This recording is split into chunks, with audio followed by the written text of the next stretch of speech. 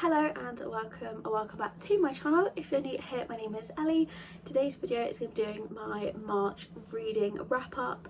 I read 12 books in the month of March and it was honestly such a good reading month. I was attempting to take part in the Realmathon, which is a readathon, but I only vlogged the first 2 weeks because life just got kind of crazy, kind of hard in the last 2 weeks, and I just didn't feel like vlogging. So because of that, the first 5 books that I read this month, I'm just going to say what they are and what I rated them because I did talk about them in the reading vlog. So if you're interested, I will leave the 2 reading vlogs that I did do down below, but then the rest of the books I will tell you a bit about them.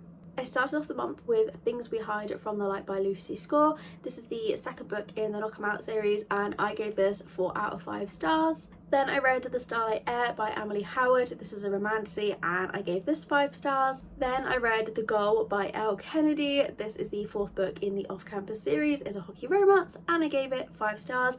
It's my favourite in the series. Then another 5 star this month was Hexed by Emily McIntyre. This is a Dark Little Mermaid retelling. And then I read The Davenports by Crystal Marcus. This is a YA Regency book and I gave this 5 stars. So then on to all of the books that I read that I didn't vlog about. The first book was a Kindle book, which is The Vampire in the Bookstore by L.M. Drew. This was a novella and I gave it 3 stars. This was my lowest rated book of the month and I was kind of sad of that going into it. I thought it was going to be something that I was really going to like because vampire romances are my favourite, and the cover of this just drew me in. Like, we have a plus size heroine and a vampire, like what is more to love? But it just fell a little flat. In this we have our vampire Declan, and one evening he goes to a bookstore where he meets Rosamond. She is a human and she had kind of been staking out there to try and meet him, and he ends up taking her back to his home, and it's just extremely insta love, which is why I didn't enjoy it that much. And like, obviously it's a novella, so you know it's going to be insta love, but it just kind of had me rolling my eyes at some points. Like, it was just a bit too much for me. I think if it had been like a longer full-length book, it would have had a lot more potential, and it just made me like come to the realization that like novellas are not for me. I need them to be developed. When they're romance novellas, I'm always left wanting more and wishing they were full-length stories. So I did actually go through my Kindle and delete all of the novellas I had because I feel I just keep giving them average ratings because they just never really seem to work out for me. So I've decided I'm just not going to read them anymore. Then I finished the off-campus series by reading The Legacy by Elle Kennedy. So this is the 5th and final book, and this is basically like an extended epilogue.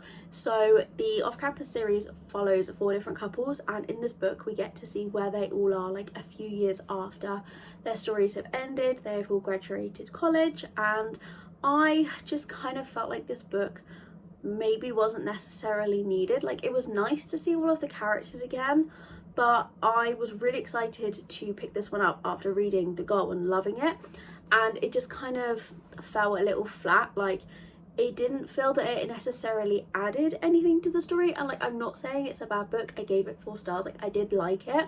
It's just that if I ever reread the series, I don't know if I would bother with rereading this one, and I obviously can't really tell you what it's about because it's extended epilogue, so it would like spoil anything that happened in the previous 4 books. So yeah, mixed feelings on this one. Then I read a young adult book, and that was Instructions for Dancing by Nicola Yoon, and I gave this 5 stars. This book I was not expecting at all. I've been really wanting to read it for a while, and I was not expecting this to break my heart.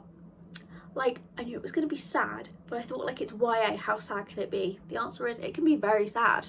As I got towards the end, I couldn't put it down because I needed to know what happened. In this we have Evie, and her parents' marriage has just ended, and she was like a big romance reader, and after her parents' marriage fell apart, she just doesn't believe in love anymore, so she gets rid of all of her romance books. And then one day she discovers she has this kind of power where she gets visions.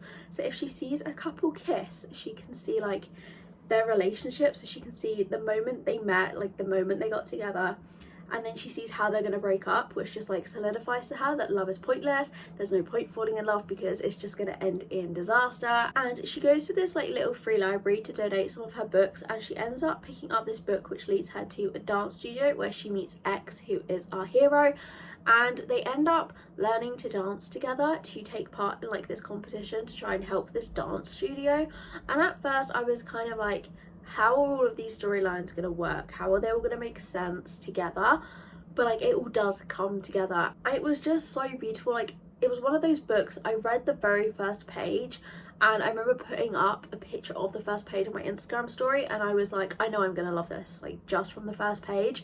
And as much as it broke my heart, I really, really loved it. Then I read My Lucky 13 by Piper Rain. I gave this 4 stars. This was a hockey romance, so I read quite a few hockey romances in March. But this is a story of Sage and Aiden. So the two meet on New Year's Eve, and there's a bit of a miscommunication, and she ends up throwing a glass of wine on Aiden. So Aiden is not having the best season. Their team is losing. He's just like not playing his best, and he is at risk of being traded from his team. And after this incident with Sage, he goes to play his next game and they do amazing. He is so good, and all of his team have superstitions, and he has never believed that superstitions have been a real thing. But then he remembers Sage and he thinks, what if her throwing a glass of wine over me caused me to win, and is she like my lucky charm? So he tracks her down and he goes up to her and he's like, I need you to throw a glass of wine on my face so I can win my next hockey game. And she doesn't believe it at all, and her friend's like, just do it, then when he loses you can rule it out. He wins the next game, so then he's like, I need you to travel around with me so that you can throw a glass of wine at me before every single one of my games. And she's in a position where she can like work from anywhere. She runs her own business, so she does it, and it's their story. And I thought the concept was really cute. I did really like it. Then I read another sports romance. This time it was a football romance, and that was The Lie by Carla Sorensen.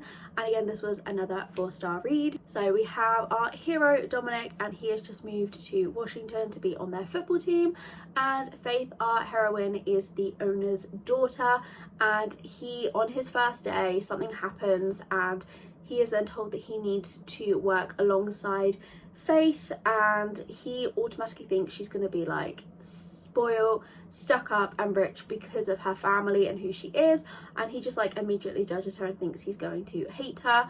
But then he has to volunteer with her, and he realizes that actually his first impression of her was completely wrong, and she is not any of those things. And one thing I find in a lot of sports romances, the heroes either have a past with lots of women, they sleep around a lot until they get with the person that they're going to be with, whereas in this one, like, it wasn't like that. There wasn't mentions of all his exes and all the women he'd been with and all of the like insecurity that can come with that for the heroines. Like, I just really appreciated having a sports romance without that, and you could just genuinely feel that throughout the story he really did love Sage. The only thing that took this off from being a 5-star was a third act breakup. It just really annoyed me, and I can't really say what it was without spoiling like another storyline that's within the story. But yeah, it just kind of, I feel that she really overreacted. Then I read Spellbound by F.T. Lukens. This is a young adult fantasy and I gave it 4 stars.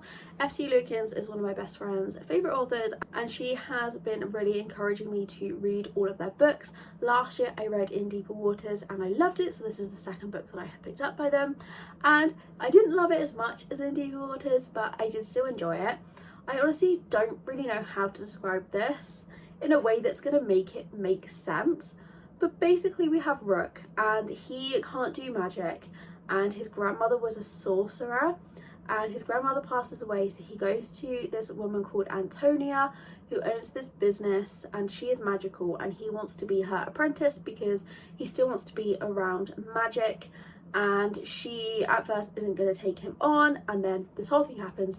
She ends up taking him on, and there he meets Sun, who is the apprentice of Antonia's rival Fable, and they kind of end up working together. They keep getting called to the same place to work on breaking jinxes and hexes, and at first Sun isn't really sure on Rook, and eventually they have to work together. And yeah, I think this just sounds like really, really complicated, so I just don't really know how to describe it. But if you want something that's just kind of like a low stakes, cozy, young adult fantasy, I would really recommend this one. Then the final book, I ended on another 5-star read, and that was Mafia Boss by Cardine Gray. As you can probably guess, this was a mafia romance. So in this one we have Amelia, our heroine, and she is the daughter of a mafia boss, but she has moved on from that life. She has moved to a different city. She doesn't want anything to do with that side of her family, and her father has never told anyone like she exists because he respected that she didn't want that lifestyle and he just wanted to keep her safe. So her father is ill and he needs to pass their crime family on, but he only has a daughter, so he decides to pass it on to Luke, who is his friend's son that he's like really close with, but he gives the stipulation that Luke can only take on the business if he marries Amelia. And he just thinks, well, how am I going to get to do this? Like, she doesn't know who I am, and Amelia is also a cop. So a cop and a mafia boss. So Luke arrives at Amelia's work and he's like, hey, I'm your new partner. And she is really confused. She doesn't know why she's having a new partner and she just doesn't want to work with him. And they are forced to work side by side and she slowly begins to trust him, but obviously she has no idea who he really is or why he is there, and they start to fall for each other, and he's obviously keeping this secret from her. This is, I think it's part of a trilogy, and this book did end on kind of a cliffhanger, so like I really do want to read the next one to find out what happens, even though I could probably guess. And I found that Mafia Boss wasn't necessarily like a dark mafia romance. Like obviously mafia romance will have dark aspects to it, but it wasn't really dark, it wasn't really gruesome, and I just really liked it. Okay, so they are the 12 books that I read in April. Let me know what your favourite read of April was, or if you've read any of this list. But thank you so much for watching, I hope you enjoyed, and I'll see you again next week.